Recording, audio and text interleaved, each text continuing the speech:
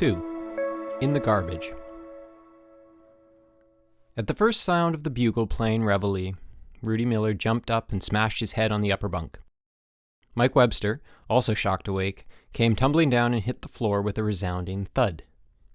The other boys, completely unperturbed, began to rouse themselves slowly. "What?" moaned Rudy. The door flew open and Chip bounded into the room already dressed. "All right, you guys, rise and shine. It's a beautiful day here at Algonquian." "Algonquian, my foot," mumbled Rudy. "This is Alcatraz." He reached into his duffel, produced a piece of chalk, and drew a small line on the cabin wall beside his bed. 1, he counted miserably. "One what?" asked Mike, picking himself painfully up off the floor. "One day gone," Rudy explained. "Only 27 more to go." "Hey," exclaimed Mike, "it's only 6 o'clock." "Of course," said Chip. "Early to bed, early to rise." "Yes," said Rudy. "Makes a man healthy, wealthy, and dead. I'm going to get a few more hours' sleep." "Miller, you get out of that bed," hollered Chip. "We've got breakfast, and then the camp director's going to speak to all of us. Get moving." "Alcatraz," Rudy repeated, rummaging in his bag for some clothes.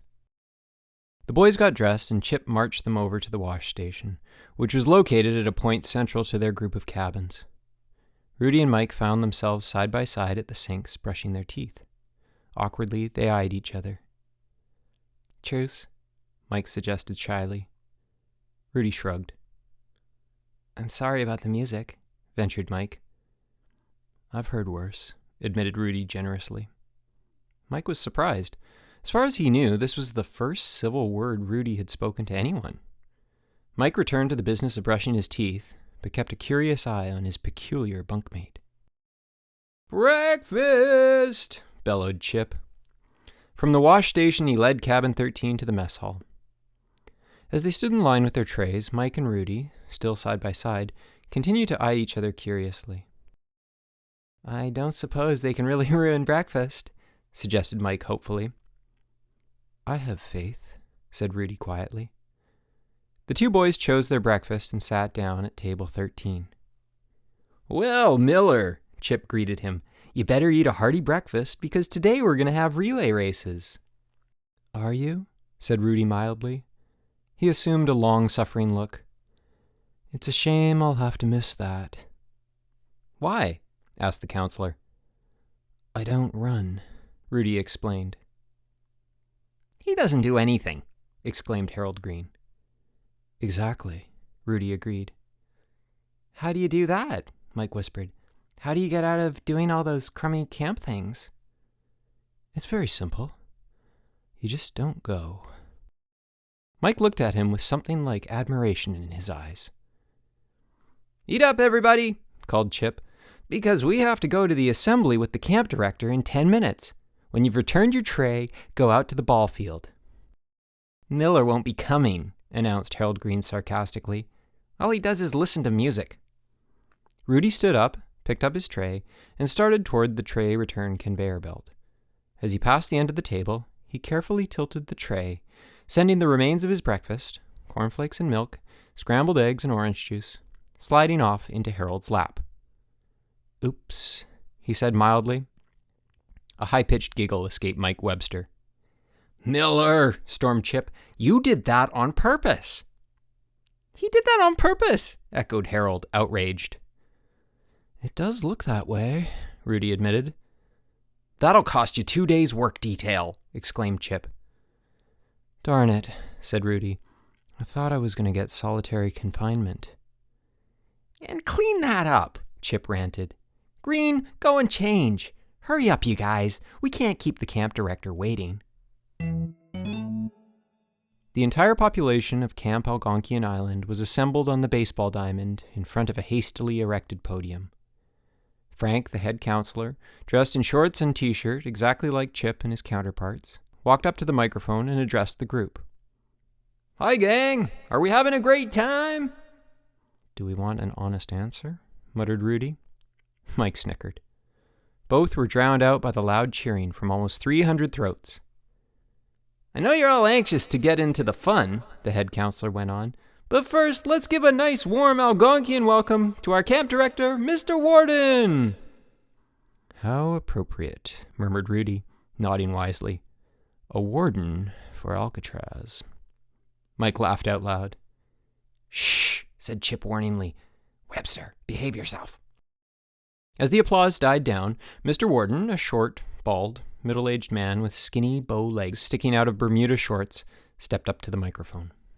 "Good morning, boys," he greeted the assembly. "It gives me great pleasure to welcome you to Algonquian." "It would give me great pleasure to go home," mumbled Rudy. Mike snorted loudly into the silence.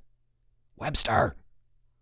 "This is Camp Algonquian Island," Mr. Warden continued. "It was founded 31 years ago by my grandfather, Elias Warden.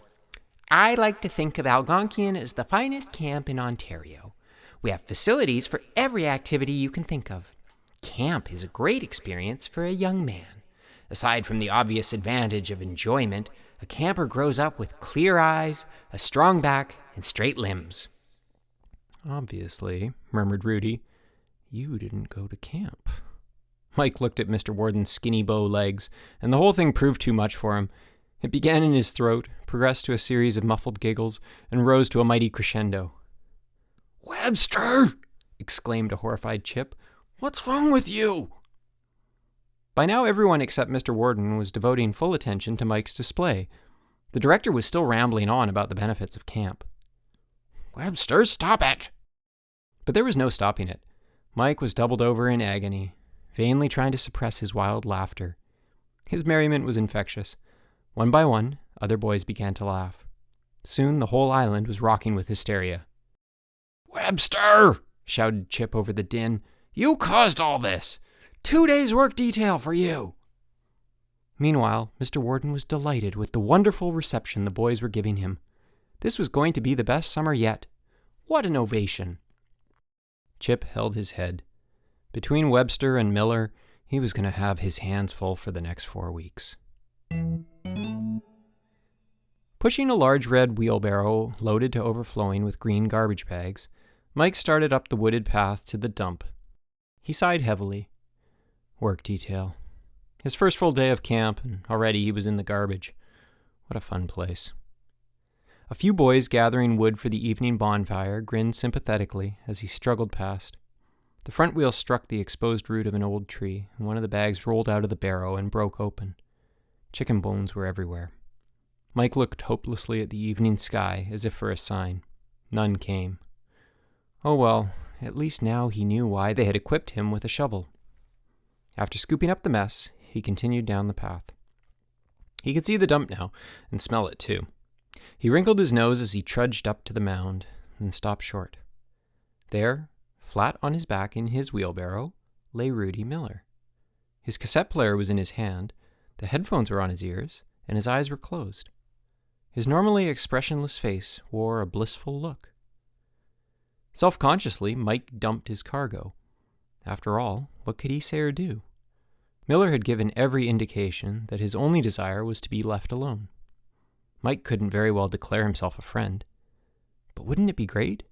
Miller was the only person who hated camp as much as he did.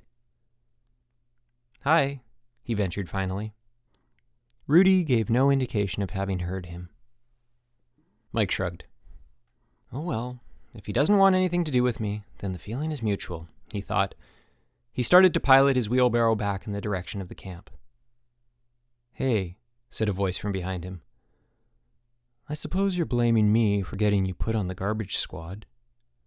Mike wheeled to face Rudy, who had packed up his cassette player and was sitting up. "Of course not. Yes, I am blaming you. You made me laugh." "I was just talking to myself," Rudy protested. "You were eavesdropping." "Whatever," said Mike wearily, just to avoid an argument. Rudy climbed out of his wheelbarrow and sat down on a rock. Mike sat on the ground facing him. "Camp," Rudy said with malice in his voice.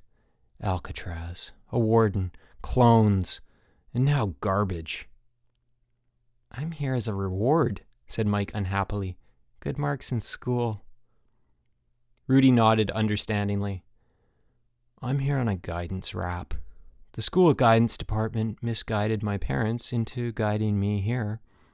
They're going to make a well-adjusted social animal out of me, they think. You don't like it here very much, do you? It shows, does it? Mike had to laugh. Well, in case you hadn't noticed, I'm not too thrilled with camp either. I noticed, confirmed Rudy. It's getting pretty dark, observed Mike. I guess we better get back. Why? So we can sit around their stupid campfire and howl at the moon?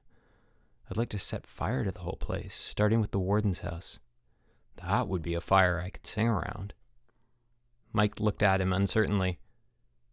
But you wouldn't do anything like that, would you? Oh no, of course not. It was just a pleasant thought. Both boys lapsed into silence, listening to the gurgling of the nearby creek. Rudy scratched his head thoughtfully. You know, he began slowly, if a natural disaster occurred, making the camp unlivable, they'd have to send us home. Mike nodded his agreement. It's a shame we don't have any natural disasters around here. But what if it was a man-made natural disaster? Rudy insisted. What if, for instance, that creek was dammed up and rerouted toward the cabins? Nobody would get hurt, but we'd be up to our ears in mud. The cabin floors would be wet, and the insects would be really terrible. They'd definitely have to send us home. Sounds great, said Mike mournfully, but we could never do it. Speak for yourself, said Rudy. I'm starting tomorrow. The sound of singing voices swelled on the evening breeze. Okay, let's go back now. But first, do you want to help me pick out a few choice bits of garbage? What for? Harold Green's shoes, Rudy explained. I've noticed there's usually nothing in them but feet. Mike laughed appreciatively. Sure. He picked up an orange peel. How about this? Admirable, replied Rudy. You're not bad, you know. You'll do. Mike laughed again. Now that I'll do, maybe you'll tell me your name. All I know is Miller. He did a credible imitation of Chip's angry cry. That's me, Rudy Miller. Hi, I'm Mike Webster. The two let down the handles of their wheelbarrows and shook hands solemnly. Then, side by side, they moved off in the direction of their campsite. Near the deserted dump, the creek gurgled on.